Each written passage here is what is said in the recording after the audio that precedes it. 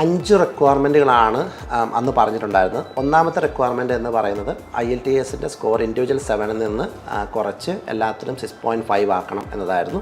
അതേപോലെ overall score 7 കൊണ്ടുവരണം. ഇൻഡിവിജ്വലായിട്ട് 4 മൊഡ്യൂളാണ്, അതിന് ഓരോത്തിൻ്റെയും കുറയ്ക്കണം.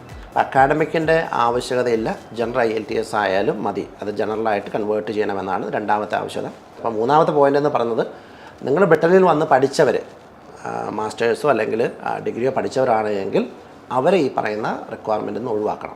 നാലാമത്തെ ക്രൈറ്റീരിയ നമ്മളൊരു 3 വർഷമോ 4 വർഷമോ ഒക്കെ ആയിട്ട് നമ്മൾ വർക്ക് ചെയ്യുന്നവരാണ്.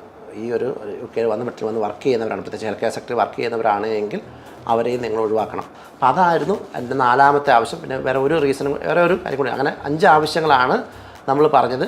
ഈ ആവശ്യങ്ങൾ അവർ കൺസിഡർ ചെയ്യാമെന്ന് പറഞ്ഞു. 2017 ആയപ്പോഴത്തേക്കും ഇവർ റിപ്പോർട്ടിലാണ് ഇവർ പറയുന്നു IELTSൻ്റെ സ്കോർ കുറയ്ക്കാം എന്ന് അവർ എന്നോട്, ഞാനൊരു മീറ്റിങ്ങിന് പോയപ്പോൾ എന്നോട് പറഞ്ഞു. പക്ഷേ ഞങ്ങൾക്ക് ഇത്തിരി സമയം വേണം, 6 മാസം എടുക്കും, അതിൻ്റെ നിയമമാറ്റങ്ങളും കാര്യങ്ങളൊക്കെ വരുത്തണമെന്ന് പറയുന്നു.